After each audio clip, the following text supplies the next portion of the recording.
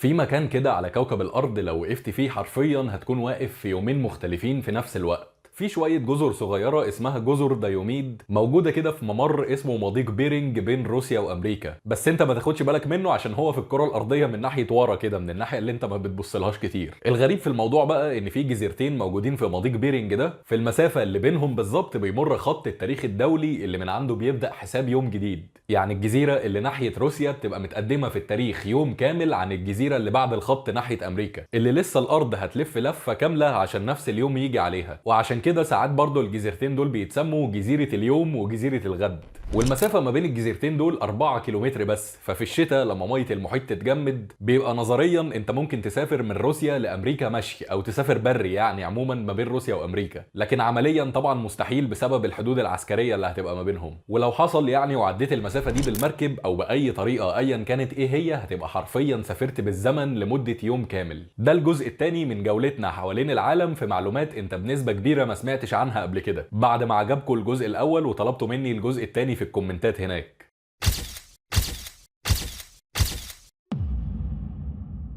والجولة دي هيكون فيها حاجات جديدة واغرب بكتير من اللي اتكلمنا عليه في الجزء الاول، فيلا بينا نبدأ دلوقتي.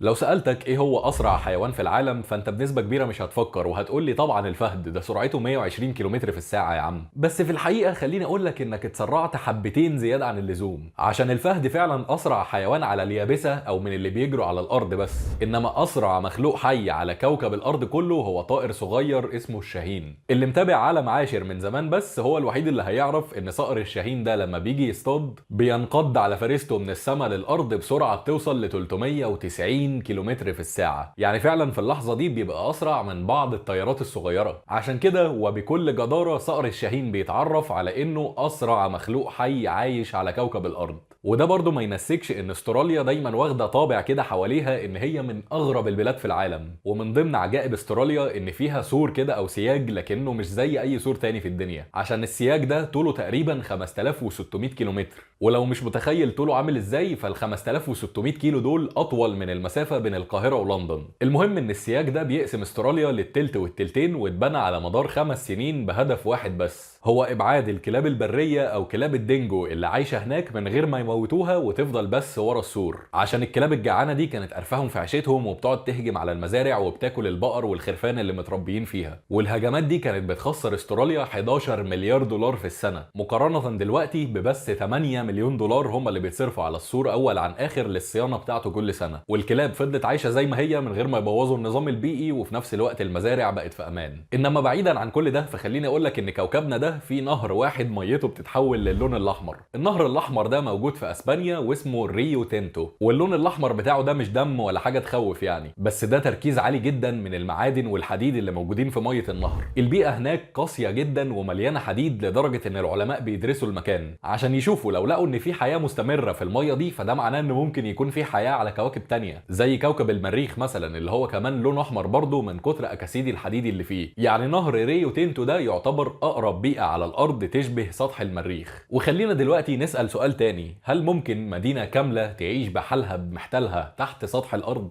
الاجابه ايوه ممكن. وخلينا نرجع لاستراليا تاني عشان وحشتني من المعلومه اللي قبل اللي فاتت، ونبص كده على مدينه اسمها كوبر بيدي. هنلاقي نص سكان المدينه دي ساكنين تحت الارض، والسبب بكل بساطه ان درجه الحراره هناك بتوصل في الصيف ل 50 درجه مئويه، فعشان يهربوا من الحر ده الناس بدات تحفر بيوتهم تحت الارض. فالنتيجة ان احنا دلوقتي بقى عندنا مدينة كاملة فيها بيوت وفنادق ومحلات وكنايس كلهم تحت الارض. ونسيبنا من ضيق التنفس والخنقه دي ونطلع فوق الارض ونبص كده للسما شويه. هل عمرك فكرت قبل كده في كام صاعقه برق بتضرب الارض كل يوم؟ تخيل كده يا عم، اضرب اي رقم، 100 200 1000 8 مليون صاعقه برق بتضرب الارض يوميا، يعني حوالي 100 صاعقه في الثانيه الواحده. شوف بقى انت كده مع نفسك البرق ضرب الارض كام مره من ساعه ما فتحت الفيديو ده. وفي حاجه كمان اغرب من كده، اغرب من العدد ده كله، في مكان معين كده على الارض بتحصل فيه صواعق برق اكتر اكتر من اي حتة تاني في الدنيا، بحيرة ماراكايبو في فنزويلا. البحيرة دي بتتسمى عاصمة البرق في العالم،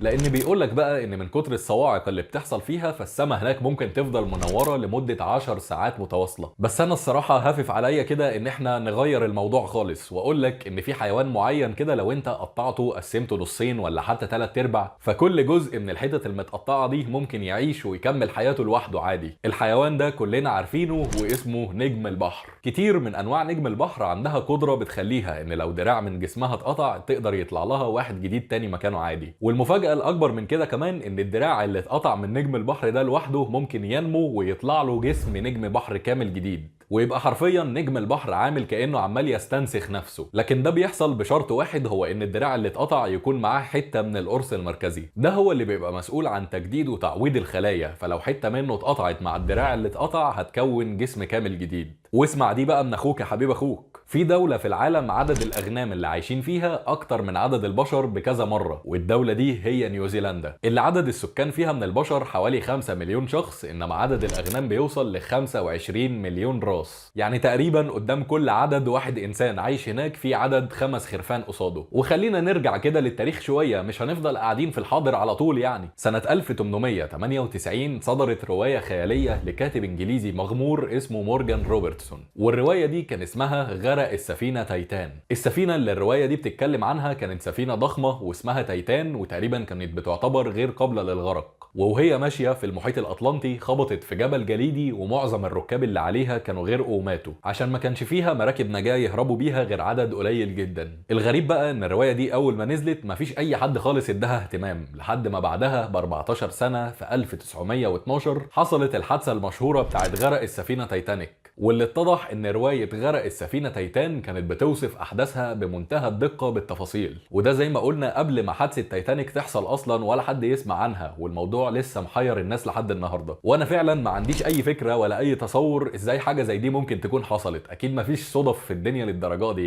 يعني الكاتب لو تخيل الاحداث ازاي عرف التفاصيل دي كلها، ولو كانت بالصدفة برضه فازاي اسم السفينة هيكون شبهها برضه قوي كده. وعلى فكرة في جزيرة في اليابان اسمها جزيرة اوشيما، لكن الناس بتسمي الجزيرة دي اسم تاني وهو جزيرة القطط، عشان عدد القطط اللي عايشين فيها اكبر بكتير من عدد البشر. القطط هناك بتتمشى في الشوارع وبتخش تنام في البيوت، والسياح بيروحوا مخصوص عشان يشوفوها. والجزيرة هناك بقت حرفيا جنة للناس اللي بتحب القطط، لكن ما بقتش جنة خالص للقطط نفسها، لان اغلب سكان الجزيرة هاجروا للمدن الكبيرة في اليابان، ومبقاش في اي اهتمام بالقطط، ولا في علاج ليهم ولا تحكم في عددهم، ولا حتى في مفترسين يخلصوا عليهم. والموضوع كله بدأ بان صيادين جزيرة اوشيما دي كان عندهم فيران كتير بتقطع لهم الشبك وبتاكل السمك، فقرروا ان هم يجيبوا قطط كتير ويسيبوها في الجزيرة عشان يخلصوا من الفيران دي. ومن هنا بقى الازمة كلها حصلت. واللي شاف الفيديو بتاع قصة جزيرة امستردام والبقر اللي دمرها اللي هيظهر لك دلوقتي هنا او هنا هيفهم كويس اللي انا بتكلم فيه دلوقتي. وخلينا نختم بمعلومة هتخليك تبص للسما بشكل مختلف. كل النجوم اللي انت بتشوفها لما ترفع عينك للسما بالليل ممكن يكون في كتير منها اختفى اصلا من الوجود، لان الضوء بياخد في الطريق سنين طويلة عشان يخرج من سطح النجوم دي لحد ما يوصل لنا هنا على الارض. فوارد جدا يكون في نجوم كتير من اللي انت باصص لها يبقى الضوء خرج منها من مئات او الاف السنين، وبعدها النجم ده انفجر او مات او اختفى من الوجود باي طريقة، لكن الضوء بتاعه لسه في الطريق لينا ومسيره في يوم من الايام هيخلص. يعني بمعنى تاني اوضح، منظر السماء اللي انت بتشوفه بالليل وانت واقف على الارض ورافع راسك لفوق هو في الحقيقة عبارة عن صورة من الماضي.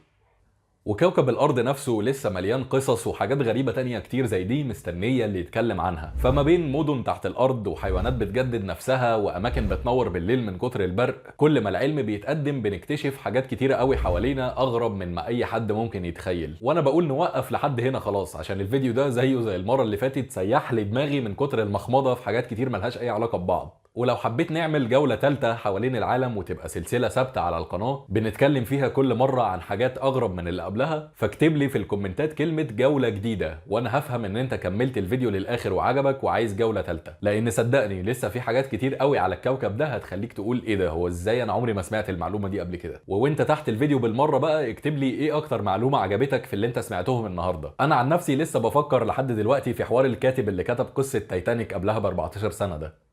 وفي النهاية خليني اقولك ان الهدف من الفيديوهات دي مش انك تقعد تستقبل اللي بيتقالك وخلاص، بالعكس خالص انا عايزك تاخد اي معلومة تشدك وعجبتك من اللي انا قلتهم وتفضل تفحفر وراها لحد ما تجيب قرار الموضوع من اوله لاخره، وتبحث عنها لحد ما توصل وتعرف اللي انا معرفتوش وما قابلنيش وانا بحضر الفيديو ده. وبس كده في اللحظة دي اقدر اقول ان كل الكلام اللي كنت محضره للفيديو ده خلص دلوقتي خلاص. اتمنى بقى الفيديو يكون عجبكم، وهستنى رأيك من خلال ان انت تدوس لايك وتشترك في القناة من تحت الفيديو لو ما كنتش مشترك قبل كده. واخر حاجة هقولها لك قبل ما الفيديو يخلص، لو كنت اول مرة تشوفني خش كده خد لك لفة في باقي الفيديوهات اللي موجودة على القناة وان شاء الله هتعجبك. وبس كده، سلام.